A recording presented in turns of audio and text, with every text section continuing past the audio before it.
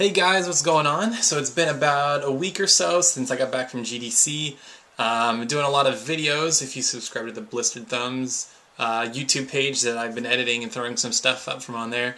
And I'm sorry the last video I uploaded was a little late, but I kind of wanted to give some impressions from GDC and tell you some stories and just, I don't know, just some impressions on some of the games I played.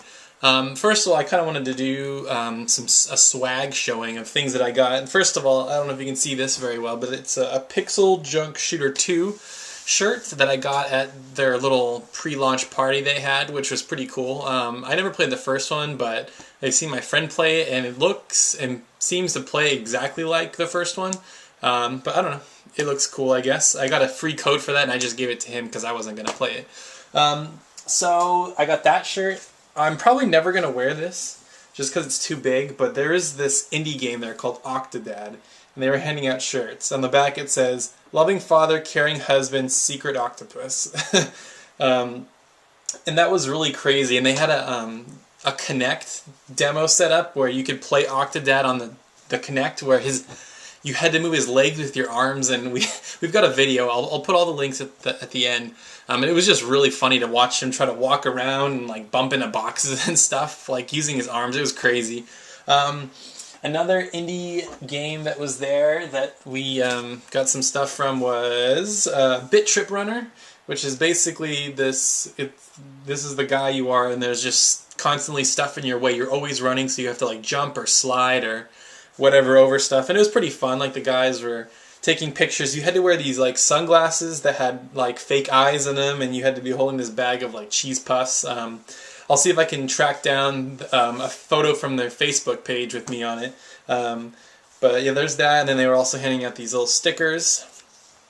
The next game, this got an insane amount of publicity. Like, you couldn't walk anywhere at GDC without seeing this game, probably because a big part of it takes place in San Francisco, and that's Homefront. So they have novels they were handing out at the taco truck. That's right, they had this taco truck where if you had your badge, you could just flash your badge and they would give you free Korean tacos, which were actually pretty good. I was surprised. And then they have these little bands that say, "Join the resistance, home is where the war is," or whatever you put on your arm, I guess. I don't know. And then a couple other cool things. They had, there's another game that came out called Magica. I'm sure a lot of you guys have been playing that. That's a Steam game that you can download. Only $10. It's really cool. Unfortunately, it was really buggy when it launched, so I think it got kind of bad reviews. But they were also handing out review codes for that. Even if you can see the code, I already downloaded it, so it doesn't matter. But so I got a free copy of Magica, which is fun. You can add me on Steam if you want. I think my name's like Taylor.Hoyt or something like that. Fireproof85, that's what it is. Fireproof85. So look for either of those. And then this last thing, it wasn't something they were giving away. It's just something that I happened to find while I was in the press room.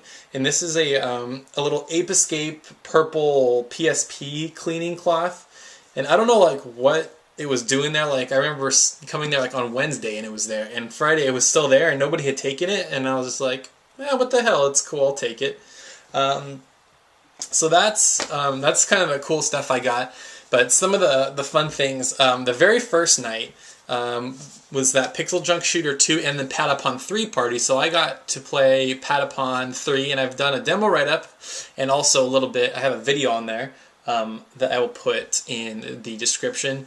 But I think the highlight of that night was a lot of the big game websites were there, GameSpot and Game Trailers. And actually, I had a chance to talk with Shane Satterfield, who is the editor-in-chief or the head of something at Game Trailers. He basically runs the website. And so I got to talk to him for like probably half an hour. He was just sitting there at the bar, and I just walked up, and we were talking about Game Trailers and Blistered Thumbs and just the industry in general. He is a very cool, down-to-earth guy. Like, I don't know if you ever listen to the podcast they do, Invisible Walls, that he hosts. Like, I know a lot of people think, badly of him. He doesn't like this game, or he really likes this game, and they just have a lot of bad comments. But he is like a really cool, down-to-earth guy, and he's just, I don't know, it was really fun to just talk and pick his brain about stuff. So, that was cool. The 3DS, they had 3DS on hand, which I also have a hands-on video that I edited.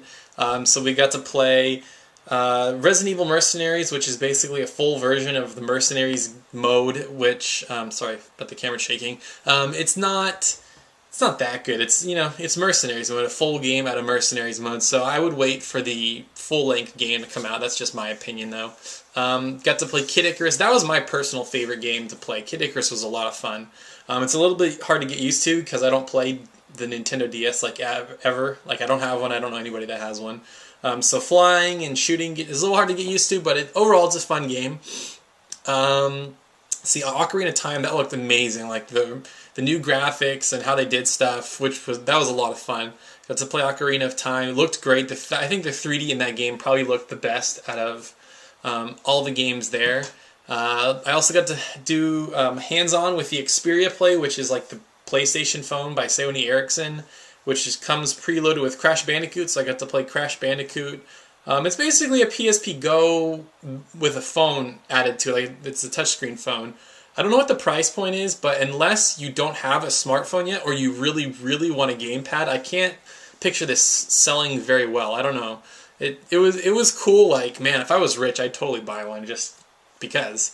But I don't know. You can watch my hands-on video and my hands-on write-up. I'll also put that in the description so you can get a better impression of exactly how it played. Mortal Kombat was there, which was a lot of fun. I know by now that there's a demo out for PlayStation Plus subscribers, but at the time there was no demo. And I played as Sub-Zero or Scorpion, one of the two guys, and it was a fun game. It played like the original, better graphics, brought back the gore. It was cool. It's good to see Mortal Kombat back. I'm not a big fighting game fan, so I probably won't buy it, but I know there are a lot of people out there that do like it and will buy it. I also got to play the Jurassic Park game. Now, I know there hasn't been a lot said about that, but they did have a hands-on demo, and essentially that game plays like Heavy Rain, where you can interact with a bunch of different things. So in the demo, basically, there was a Triceratops that was blocking your way, and you had to get it out of the way, and so you had to think of these different ways to move the Triceratops. You had to lure it with this, and then you had to push the gate open, and you had to open up the gate using these codes that you find in the car and stuff. And then, I don't know, it was cool. If you're into Heavy Rain, you're going to like Jurassic Park, because that's basically what it is. It's like a sort of choose your own adventure, click on different things kind of game. Yeah, it looked interesting. Trying to remember what else was there that's worth talking about. I also went to the Super Meat Boy panel, which had the two developers for the game talking about it and the hardships they went through. Basically, they practically killed themselves making that game. And now I know why it'll never go on the PSN. There's just too much stuff going on. Trying to, port it to the PSN, I guess, is pretty difficult, and just getting the rights to it, it was tough. And apparently it'll never come on the Wii either because it's too big. They said they wanted to put it on WiiWare, but they've got a cap, like a megabyte cap for WiiWare games, and it's too big or something, so it'll never be on the Wii, unfortunately. What else was cool?